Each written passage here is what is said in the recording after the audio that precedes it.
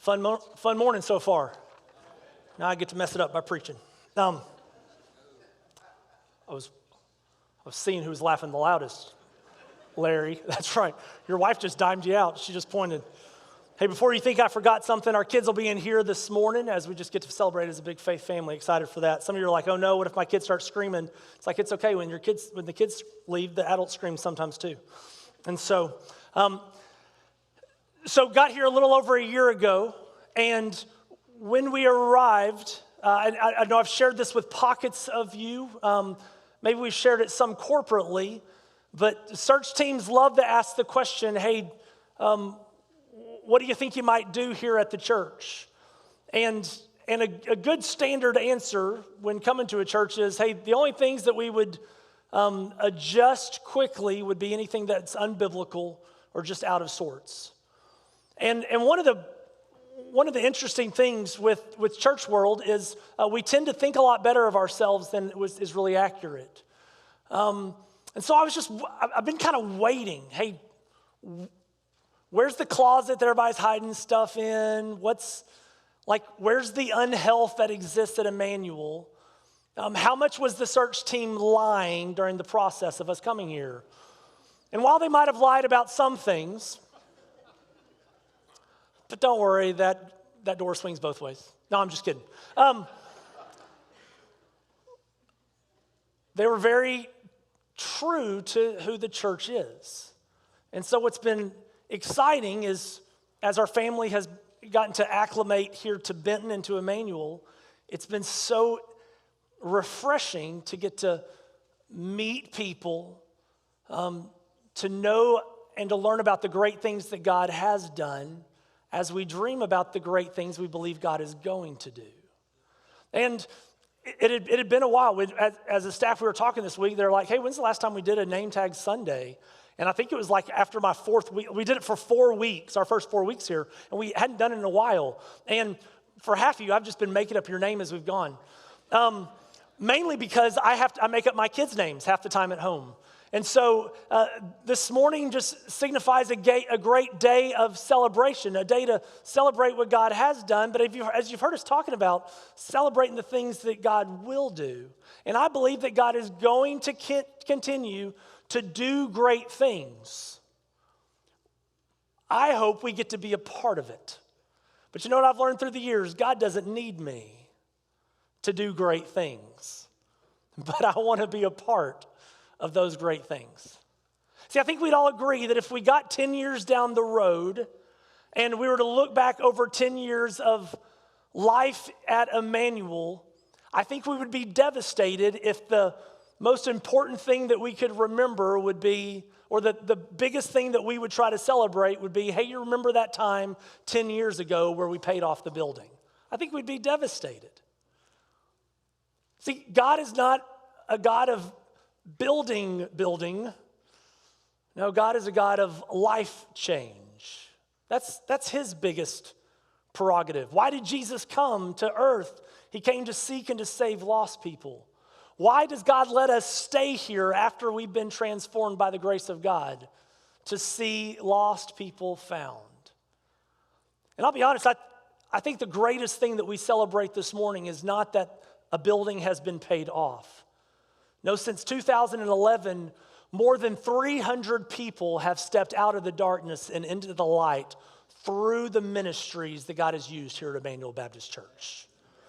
300 plus people have been radically transformed. 300 plus people have been plucked from the fires of hell and placed with a reservation in the presence of a holy God. And it's that we should celebrate the most. And it's that we should celebrate the most moving forward as we continue to serve the Lord. And so I think kind of the question before us is, what does the next leg of the journey look like at Immanuel? Or maybe to put it simply, so what's next? What does God have for us next? Now, I think just so you know, in my mind, I'm implying two things when it comes to what's next. One thing is implying, hey, what's next for our family of faith? What's next for those that might call Immanuel Baptist Church their home? What's next for the community of believers that are committed to doing life with one another? But there's something else that's there too, is that I firmly believe that until we step onto that side of heaven, God always has next steps for us to take as individuals. We should never reach the point to where we quit growing as we pursue the Lord. And so as we start this new sermon series, coming out of what I had no idea when we started, as we walk through the book of Mark, looking at how Jesus was on the move, Jesus has been moving. Jesus is going to continue to move. He calls for his followers to move with him, which means we need to know where to step next. Not just collectively, but to do so individually. And so here's what this morning is. This morning's kind of the groundwork for where we're going to be for the next few months. As we look at who we are, what's God called us to, what are some next steps for us as a faith family, but also what are some next steps for us as individuals. If you are sitting here this morning, God has something next for you. Because I believe standing here this morning that God has something next for me.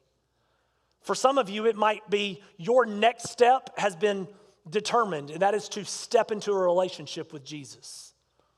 You don't need to be concerned with all the other steps. The most important step you will ever take will be to say yes to God and to say no to the world. And I believe that's what God wants for you. But there are going to be a lot of other steps that we're going to talk through, and I'm excited for that journey. So as we lay the groundwork for where we're going to be for the next few months, I want to focus in on some things that kind of make Immanuel who Immanuel is. And we're going to talk about that for the next few weeks to come. But where I want to start with is this. I want to start with our motivation. Our motivation. A motivation is kind of the heartbeat of who we are. It's what, in many ways, drives us to do what we do. It's kind of the inside part that pushes us. And I'm not an overly feeling kind of guy, which I got to work on sometimes.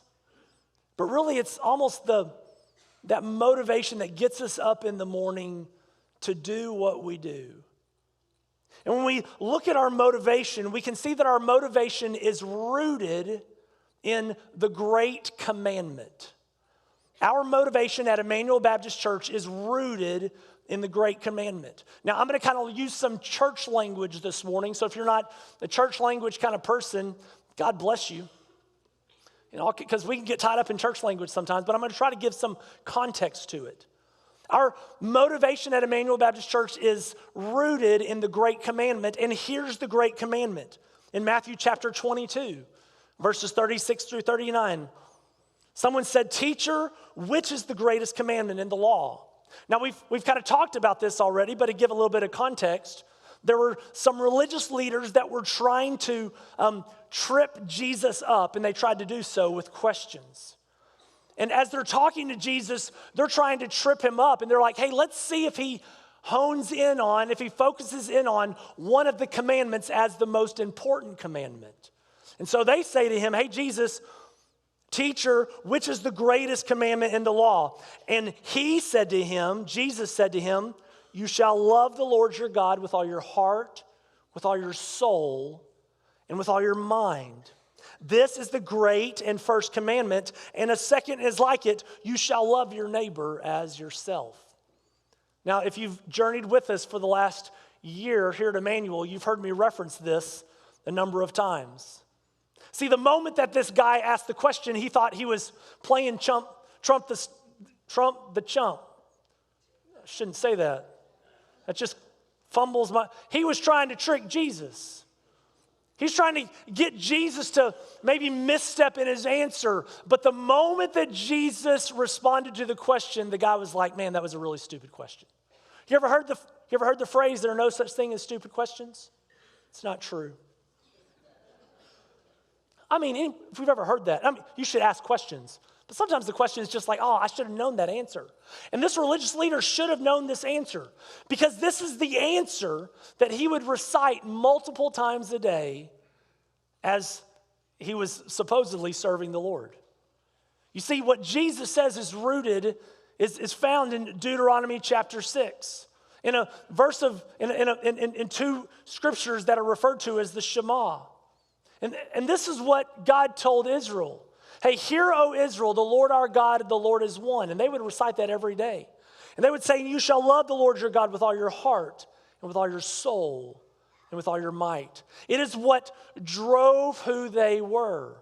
And so when this guy asked Jesus, hey, what's the greatest commandment? Jesus said, you should know the answer to this question. You shall love the Lord your God with what? With everything. With everything that you have. With all your heart, with all your soul, and with all your mind. And in case you've missed something, you're not just called to love God, you're called to love who? Called to love your neighbor. And you should love your neighbor how? Love your neighbor as yourself. And the neat thing is that Immanuel Baptist Church a number of years ago put some language to this. See, at Immanuel, the great commandment is best said by saying we like to live love. And that's what those words mean. We want to live love. We want to live love for who? We want to live love for God. And we want to live love for others. And who qualifies as others? Everyone other than God. That's who we should be driven to love. And that is the motivation. That is the heartbeat of Immanuel. And if our year here has taught us anything, the undercurrent heartbeat that drives Immanuel is our desire to live love. Live love first to who? Live love to God. Live love next to who? Live love to others. The great commandment is to live love, and that is our motivation. But it's not the only thing that God has given us. He just hasn't given us a motivation. He's also given us our mission. And our mission is our purpose. If motivation is the why, then mission is the what. And the nice thing is, in church world, we really don't have to be creative when it comes to our mission. See, I believe, and you've heard me say this, I believe that every church has the same mission. Now, how they carry out that mission might differ, but I believe that every local body of believers has the same mission, which is why, while our motivation is rooted in the Great Commandment, our mission is anchored in the Great Commission. Our mission is rooted in the Great Commission, and I believe that every single faith family has the same mission. In Matthew chapter 28, verses 18 through 20, as Jesus is preparing to depart this rock and to be seated at the right hand of the Father, it says, and Jesus said to them, all authority in heaven and on earth has been given to me. Go therefore and make disciples. And that idea, that picture there that we get is as you go, day by day, you should do what? You should make disciples. Make disciples of who? The others. We love God, and then we love who? We love others. Go therefore and make disciples of all nations, baptizing them in the name of the Father and of the Son and of the Holy Spirit, teaching them to observe all that I have commanded you. And then Jesus said, hey, I'm going to be with you always, even to the ends of the earth. I'll never leave you. I'll never forsake you. See, Jesus didn't say go and make converts. Jesus didn't say go and make members. Now, Jesus said, go and make disciples. What is a disciple? A disciple is someone who follows after someone and lets that someone that they're following after dictate who they are trying to become. In many ways, they try to become like the person that they're following. And that's not something unique to Jesus. There have been all kinds of people through history that have had disciples. People have had people that follow after them. From the ancient world, we think of people like Aristotle and Plato who had individuals that lived their life following after those individuals as their disciples. But those were just people. Those were humans. See, church, we don't want you to be a disciple of someone else. We don't want you to be a disciple of a human agent. You don't need to be a disciple of Sammy. You don't need to be a disciple of Scott. You don't need to be a disciple of Warren. You don't need to be a disciple of Brandy. I look at the guy in the mirror every day. I know you don't want to be a disciple of me. We haven't been called to be disciples of people. No, we have been called to make disciples of Jesus. He is the one whom we follow after. And I know I've shared this with you before, but one of the kind of life-shattering questions that I got asked one day is, hey, when you wake up in the morning, Kirk, how is Jesus discipling you today? I was like, wow. So often we think about how is a person discipling me. No, you have been called to follow after Jesus, not to follow after someone else. And that is our mission here at this church. Where the Great Commission is that we live love. The Great Commandment is that we live love. The Great Commission is that we make disciples. And I believe those things are kind of pre-established for us. And I'm motivated by my love for God and for other people. And my mission is to see people follow after Jesus. Where we find ourselves, though, is that while we have our motivation and our mission, we then find ourselves where we consider our vision. Now, some of you are like, man, you really missed the opportunity to alliterate your sermon. I'm not a big alliterator. So the motivation and mission, that just kind of happened. When Brandy and I were walking yesterday, I said, I guess if I was going to alliterate the sermon, it would have been our motivation, our mission, and our method. But I'm just not that creative. And I'd already made my slides. And so,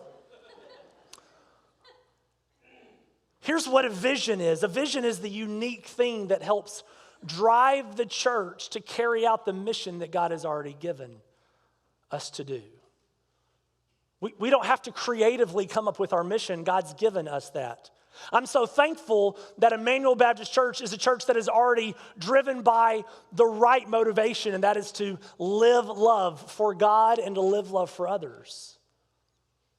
But how are we going to go about seeing people follow after Jesus? For the last number of months, the staff has spent so much time praying and talking through things. Different pockets of people we've just kind of talked through, hey, where can God lead us next as a faith family, but also what is God calling us next as people individually? When we talk about our vision, in my heart, this is what I'd like to see.